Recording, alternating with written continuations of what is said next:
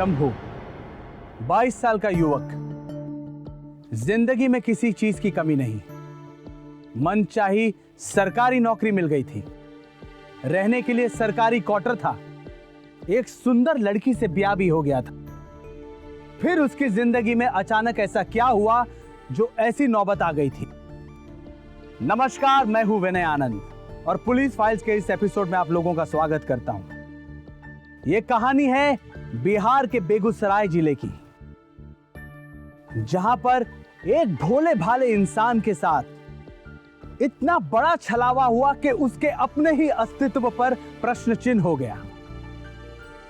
एक ऐसी घटना जिसकी वजह से उसने अपनी जिंदगी खत्म करने के लिए सोच लिया था, पर उसके हौसले को मैं सलाम करता हूं। उसने हौसला रखकर इस दलदल को कैसे पार किया। ये आप क्या करने जा रहे थे? हमको अकेला ये भरी दुनिया में छोड़कर कुएं में काहे कूद गए आप? हम किसी काबिल नहीं है, किसी काबिल नहीं है हम। आप जैसे भी है, हमरे लिए आप हमारे पति है, हमारा सब कुछ है। काहे हमें बेसहारा करने जा रहे थे? अगर लोग सब मिलके आपको नहीं बचाते तो आज हम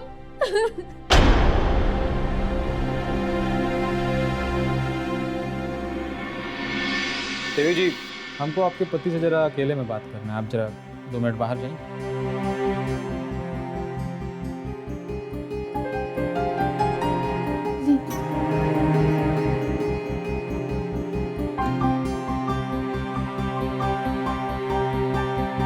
अरे ऐसा क्या हो गया आपके साथ कि आप एकदम जान देने का फैसला कर लिया आप? हैं? अरे पगला उगला गए थे क्या? इंस्पेक्टर साहब, हमारी जगह कोई दूसरा आदमी होता ना तो यही काम करता। अरे लेकिन हुआ क्या, कम से कम बताइए तो हमको। देखिए, ये मामला जो है अब पुलिस में आ गया है। आपने आत्महत्या करने की कोशिश की, आपको बचाया गया है, तो सच तो आपको बताना ही पड़ेगा। देखिए, हमसे आप सच कह दीजिए, बाकी हमसे जो मदद हो पाएगी हम करेंगे आपकी। साहब, धोखा से हमारे साथ ऑपरेशन करके हमको पुस्तक बना दिया साहब। 3 महीने पहले हमारा ब्याह हुआ था, बहुत खुश थे हम, सब मनचाही लड़की हमको मिली थी। यस बाबू, जल्दी चलते हैं, हमको बहुत देर हो रहा। चलो चलिए चलिए। ए बाबू, हाँ माँ। बोलो ना, हाँ कर देना। क्या माँ, तुम हमेशा हमारे ब्याह के पीछे पड़ी रहती हो। बिना हमारा ब्याह के बाद तुमको चैन नहीं मिलेगा ना। समझाओ ना नीरज इसको, ब्याह करने में झेप काहे रहे हो? बोलो। चाची, हो सकता है इसका मन ना हो। हाँ। अब हम दोनों के परिवार वालों ने हाँ कर दिया है। लड़की अपने जात की है, देखने में आंख नाक सुंदर है, स्वभाव से अच्छी है, और क्या चाहिए? और वैसे भी शंभू का सरकारी नौकरी भी तो लग गया है। अरे हम तो कहते हैं इधर उधर भटकने से अच्छा है कि हम इसका ब्याह कर दें। तो बोलो ना बेटा, हाँ कर दे। काहे कि इस महीने के अंतिम हफ्ते में लगन है, नहीं तो खरवास चढ़ जाएगा। ये फोटो तो देखो। अरे नहीं, अरे एक बार देखो तो। क्या? अरे देखो, लड़की बड़ी सुंदर है। ठीक है माँ, जैसी आपकी मर्जी। अरे हम तो कहते हैं हमार लाल हमार बात कभी नहीं टालेगा। माँ आप भी चलो। नीरज, देर हो रहा है, हम निकलते हैं। चलो चलो। हाँ चलो चलो।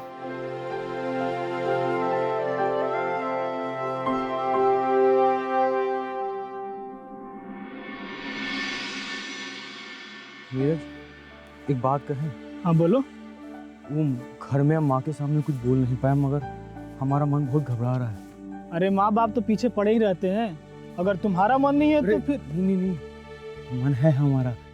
एक बात बताएं नीरज, हम जितना भी लड़की की तस्वीर देखा ना, एक को पसंद नहीं है, मगर सोमा का तस्वीर देखने के बाद लगा ना कि उसमें कुछ बात है। सोमा ही हमारा जीवन साथी बनना चाहिए। नीरज, नीरज, क्या हुआ? अरे कुछ नहीं, तो तुम खुश हो, हम खुश हैं। अरे अब एक काम करो, तुम भी ना कोई अच्छी सी लड़की देखकर ब्याह कर डालो, समझे? अरे ब्याह तो हम करेंगे ही, लेकिन शंभू, हाँ एक मुफ्त का सलाह लेगा? हाँ बोलो ना। अरे ब्याह से पहले एक डॉक्टर से मिल लो। कहा डॉक्टर से? कहा है? अरे परिवार नियोजन के बारे में जरा जान लो। मतलब मतलब ही कि हनीमून पर गए आप बाप बन गए। मस्करी कर रहे बेटा हमारे साथ। हैं नीरज, बाप तो बनेंगे ही हम।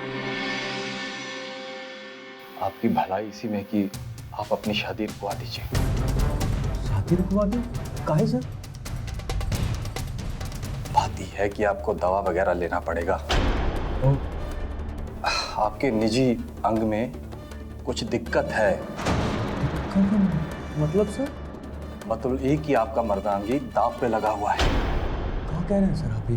हमारा 1 हफ्ते बाद हमारा ब्याह है सर। छोटा सा सर्जरी है, आपको कोनो तकलीफ नहीं होगा। ये बुरी बात नहीं है, आप बिल्कुल ठीक हो जाएंगे, एकदम स्वस्थ नॉर्मल। तो ये कह रहे हैं कि आप यहाँ आ ही गए हैं तो ये सर्जरी करवा ही लीजिए। 4 घंटे में आप बिल्कुल ठीक हो जाएंगे।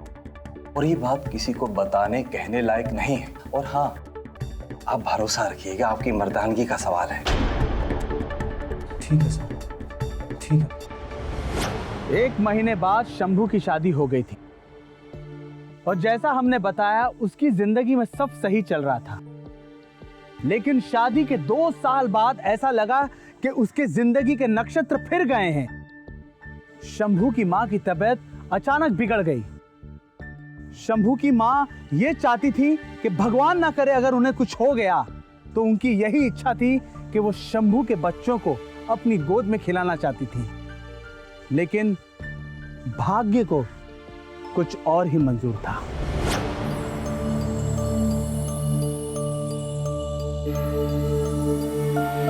मैडम, सोमा का क्या निकला?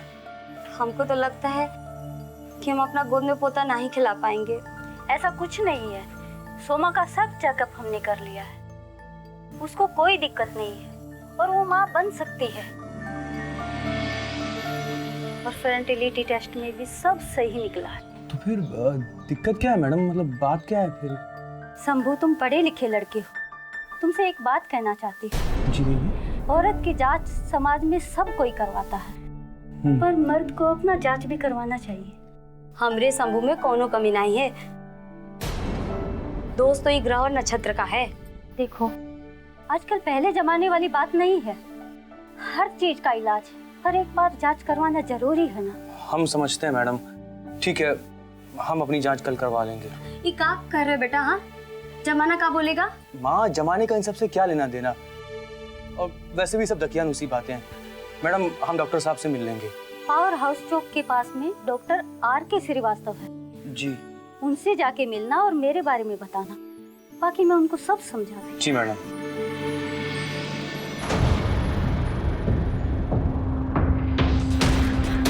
पता है, आपका नसबंदी कर दिया गया है। जी? अब तो आप बन ही नहीं सकते।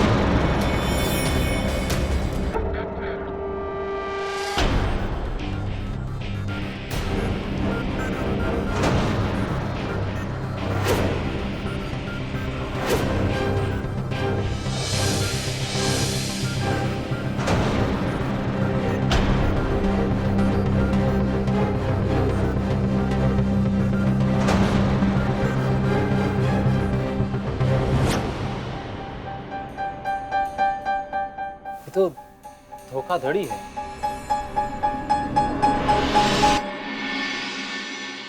इंस्पेक्टर साहब, हमारी पत्नी सोमा गायब है साहब। क्या? वो अस्पताल से घर के लिए निकली पर घर ही नहीं पहुंची। हमारे साथ ये सब कहाँ हो रहा है, क्यों हो रहा है, कुछ समझ में नहीं आ रहा। आस पड़ोस में पता किए आप? सर, गांव का चप्पा चप्पा छान है, सारे रिश्तेदार को फोन कर लिए, कुछ पता नहीं चल रहा है। सर, सोमा का फोन भी बंद है।